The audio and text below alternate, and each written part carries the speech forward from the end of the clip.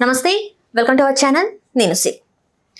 కంగనా రనౌత్కి అయితే strong counter ఇచ్చారు ప్రకాష్ రాజ్ అని చెప్పేసి మనకి సోషల్ మీడియాలో చాలా అయితే వైరల్ అవుతుంది ఆ న్యూస్. ఇంతకీ కంగనా రనౌత్కి ప్రకాష్ రాజ్ ఎందుకు మరి స్ట్రాంగ్ కౌంటర్ ఇచ్చారు అనేది ఇప్పుడు మనకు తెలియజేయడానికి మనతో పాటు ఉన్నారు ప్రముఖ సినీ క్రిటిక్ దాసరి విజ్ఞాన్ గారు. నమస్కారం సార్.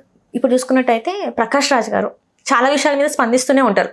తను ఎప్పుడు చూసినా కూడా సోషల్ మీడియాలో అంటే ఎక్స్ వేదికగా చాలా మందిని క్వశ్చన్ చేస్తారు, జస్ట్ ఆస్కింగ్ అని చెప్పేసి తను చేస్తుంటారు. ఇదే క్రమంలో కంగనా రనౌత్ గారికి స్ట్రాంగ్ కౌంటర్ ఇచ్చారు అని చెప్పేసి మనకి సోషల్ మీడియాలో అది కనిపిస్తుంది. అసలు ఇంతకు ఏం జరిగిందంటే దీని వెనకాల కథ ఏంటి? లిటరేచర్ ఫెస్టివల్కి అటెండ్ అయినప్పుడు ఏదో మాట్లాడాల్సి వచ్చింది. ఆయనకు ఒక సందర్భం గుర్తొచ్చి మాట్లాడాడు. ఆ సందర్భం ఆయనకు తెలిసినప్పుడు దీని గురించి చాలా ఘాటుగా స్పందించాలి అనుకున్నాడు. ఎప్పుడైనా ఏదైనా వేదిక దొరికితే దులుపుతాం అనుకున్నాడు. చాలామంది అంతే, ఏదైనా చెప్పాలి అని అనుకున్నప్పుడు ఏదైనా వేదిక ద్వారా చెప్తే 10 మందికి రీచ్ అవుతుంది, మీడియా బాగా కవర్ చేస్తుంది అని అనుకుని అప్పుడప్పుడు చెప్తారు.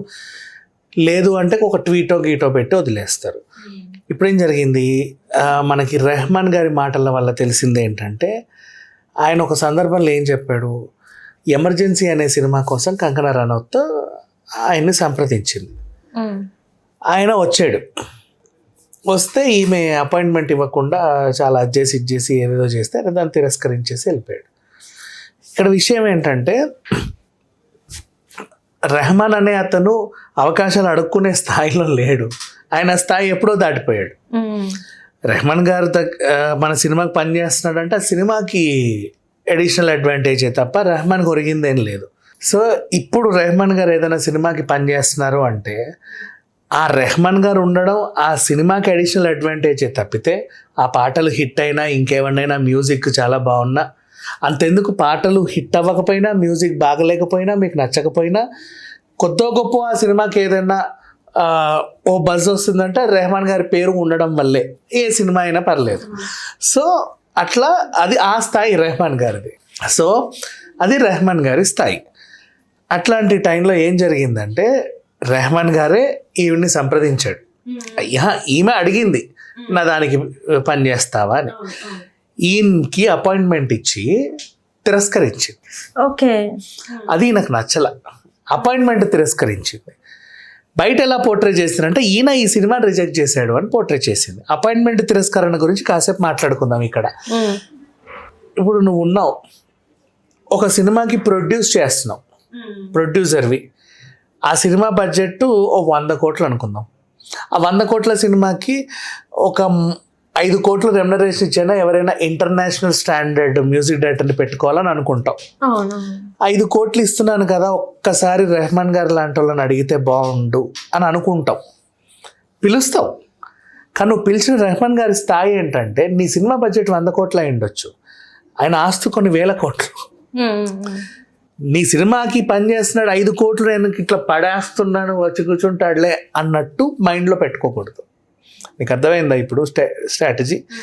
అండ్ నెక్స్ట్, ఇప్పుడు ఒక సినిమా ఉంది, నా సినిమా ఉంది, ఓకేనా, నేను ఒక 100 కోట్లు పెట్టి సినిమా తీస్తున్నా. కీరవాణి గారు మ్యూజిక్ ఇస్తే బాగుండని నాకు అనిపించింది. ఆయన అడిగా సార్ అంటే, ఆయన ఏదో ఉదార స్వభావంతో డౌన్ టు ఎర్త్ మనిషి కాబట్టి ఎక్కడే ఆఫీసు అని అడుగుతాడు. అయ్యో సార్ ఇక్కడే సార్ అమీర్పేటలో, పర్వాలేదు వస్తాలే అంటాడు. అప్పుడు మనం ఏం చేయాలి, ఆయన కాళ్ళు అడిగి నెత్తించాలి, కానీ రావడమే మన అదృష్టం అనుకొని అడిగి సార్ ఇట్లా ఒక 5 అనుకుంటున్నాం ప్లీజ్ ఏమనుకోతే, పర్లేదు బాబు నేను చేస్తాను, అది వేరు. లేదా నువ్వు ఆయన దగ్గరికి లేదు సార్ మీరు అక్కడే ఉండండి నేనే వస్తాను పెట్టేసి సార్ థ్యాంక్స్ సార్ మాకు పని చేస్తున్నందుకు, ఇట్లా అది వేరు. అంతేగాని నువ్వు ఆ సినిమా ప్రొడ్యూసర్ అయినంత మాత్రాన నువ్వు ఏదో కాదు, ఆయన నీ దగ్గర 5 కోట్లు రెమ్యునరేషన్ లేదా 10 కోట్ల రెమ్యునరేషన్ తీసుకున్నంత మాత్రాన నువ్వేదో దారదత్తం చేసినట్టుగా ఆయన నీ దగ్గర అడుక్కు తినేటోడు కాదు. హీఈస్ నాట్ యువర్ స్లేవ్, అది గుర్తుపెట్టుకోవాలి. నేను ఇచ్చే పొజిషన్లో ఉన్నాను, ఆయన తీసుకునే పొజిషన్లో ఉన్నాడు అన్న భావన మనిషిని మైండ్ని పాడు చేస్తుంది. నువ్వు ఇచ్చే ఆయన నీ దగ్గర పుచ్చుకుంటున్నాడు అంటే అసలు నీకు ఆ ఇచ్చుకునే అర్హతను కూడా ఆయన కల్పించడం నీ అదృష్టం. ఇంకా చెప్పాలంటే నీ చేత ఇప్పించుకునే అర్హతను నీ కల్పించడం కూడా ఆయన అదృష్టమే. ఇట్లా ఆలోచించరు ఎవరు. ఆ ఆలోచించే ఇది ఎందుకో కంగనకు ఉండదు. కానీ నేను తీసే ప్రతి సినిమా గ్రేట్ అనుకునే పాపం జయలలిత గారి సినిమాని ఫ్లాప్ చేసుకుంది, చంద్రముఖిని ఫ్లాప్ చేసుకుంది, ఇందిరాగాంధీని ఫ్లాప్ చేసుకుంది.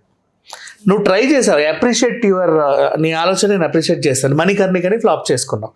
ఓ మణికర్ణికని నేనే, ఓ ఇందిరాగాంధీని నేనే, ఓ జయలలితని నేనే, ఓ చంద్రముఖిని నేనే అని అనుకున్నప్పుడు ఆ చంద్రముఖిలా, ఆ మణికర్ణికలా, ఆ ఇందిరాగాంధీలా, ఎవరు జయలలిత గారిలా వాళ్ళని మరిపించేలా నువ్వు ఉండాలి.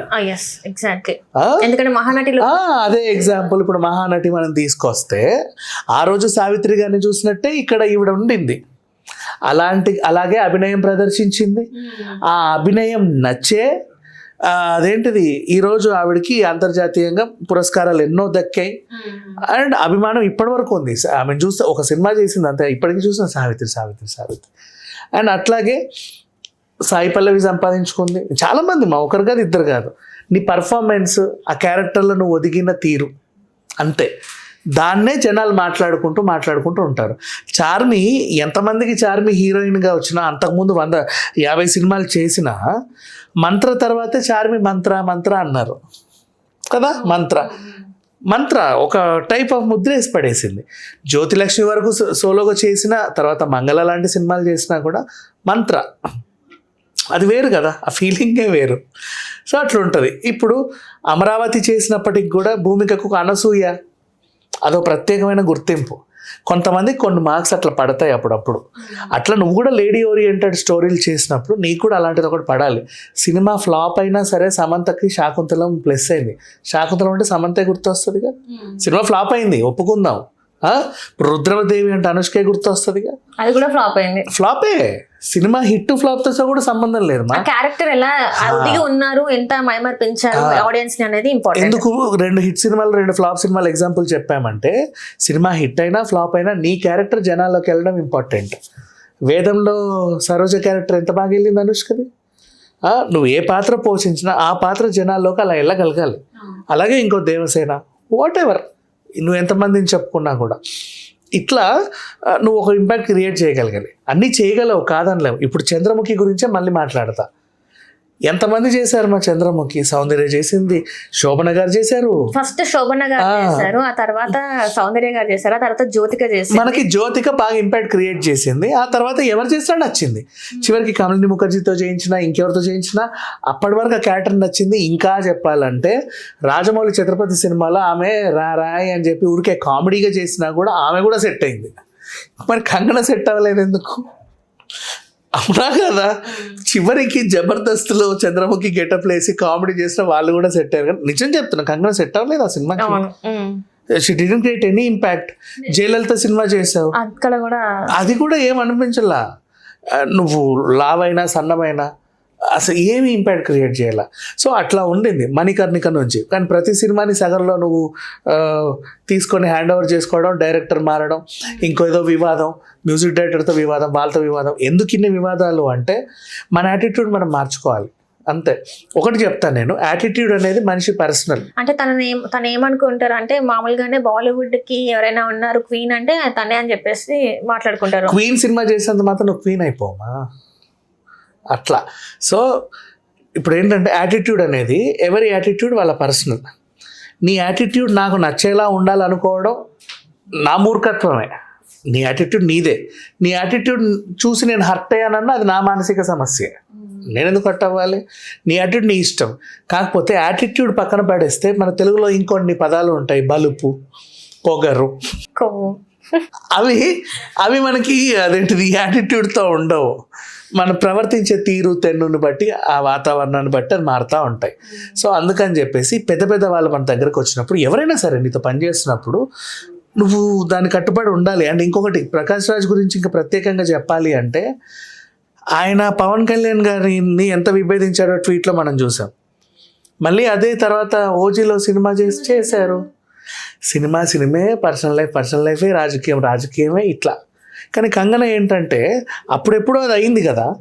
తర్వాత ఈయన గురించి ఈయన దేశద్రోహి, ఈయన అది, ఈయన ఇది అని చెప్పేసి చాలా ఊరికే మాటలు పడేస్తూ ఉంది.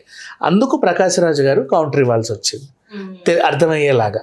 మరి ఆమెకి ఇది అర్థమైందా లేదో తెలియదు, ఎందుకంటే ఇప్పుడు ఆమె అర్థం చేసుకునే పొజిషన్ దాటిపోయింది, ఎంపీ అయింది. కుక్కలు మురగడం స్టార్ట్ చేశాయి అని చెప్పేసి అనడం అనే కరెక్ట్ అంటారా వర్డ్? మరి కరెక్టే అంటారంటే మనం చేసే వాటి బట్టే కొన్ని మాటలు వస్తాయి, అంతకు మించి కూడా ఆయన అనొచ్చు. ఇప్పుడు ఏఆర్ రెహమాన్ లాంటి మనిషిని నువ్వు అవమానించావు అంటే, తను ఏమన్నాడంటే, ఇప్పుడు ప్రకాష్ రాజ్ గారు ఏమన్నాడంటే, తను తీసిన సినిమాలకి ఆస్కర్ అవార్డ్స్ వచ్చినప్పుడు మాత్రం వీళ్ళందరూ పండుగ చేసుకున్నారు, మనకి వచ్చిందని. అప్పుడు ఎవరు ఇలా మాట్లాడలేదు, కానీ ఇప్పుడు మాత్రం ఇలా మాట్లాడుతున్నారు, దీన్ని ఎట్లా అని చెప్పేసి తను ఖండించారు. అదే విషయం చెప్తున్నామా. ఇప్పుడు ఈ అమ్మాయి కూడా ఇప్పటివరకు ఆ ఎమర్జెన్సీ సినిమాని ఆమె ఏదో ఆస్కార్ లెవెల్ సినిమాని ఫీల్ అవుతుంది, దాంట్లో ఏమీ లేదు. ఇప్పుడు మనం చంద్రముఖి గురించి ఎంత మాట్లాడుకున్నాం, జయలలిత సినిమా గురించి ఎంత మాట్లాడుకున్నాం, ఇప్పుడు మొదలు పెడితే ఎమర్జెన్సీ గురించి అంతే ఉంటుంది మాటలు, మళ్ళీ అందులో కూడా ఇలాగే మాట్లాడుకోవాల్సి ఉంటుంది. దాన్నే ప్రకాష్ రాజ్ గారు చెప్పారు అంతే. ఆయన అన్నం నాకైతే ఏం తప్పు అనిపించలేదు, ఎందుకంటే ఇప్పుడు ఆమె వినే స్టేజ్లో లేదు, తమ ఎంపీ కదా. మరి ఇంకేంటి చెప్పు. సో ఎవరు చెప్పిన వినే స్టేజ్లో లేదు కాబట్టి ప్రత్యక్ష రాజకీయాల్లో ప్రకాష్ రాజ్ లేడు, పార్లమెంట్ లా ఉంది మరి అలా. Right and right, thank you so much. Hello, Telugu రాజ్యం ఛానల్ చూస్తున్నారా? సామాజిక రాజకీయ జీవన చిత్రణే తెలుగు రాజ్యం. అతిశయోక్తులు అసత్యాలు ఉండవు. రాజకీయ కోణం కాదు, ప్రజా కోణమే కొలబద్ద. తెలుగు రాజ్యం వీక్షణ మీ ఉత్తమ అభిరుచికి నిదర్శనం.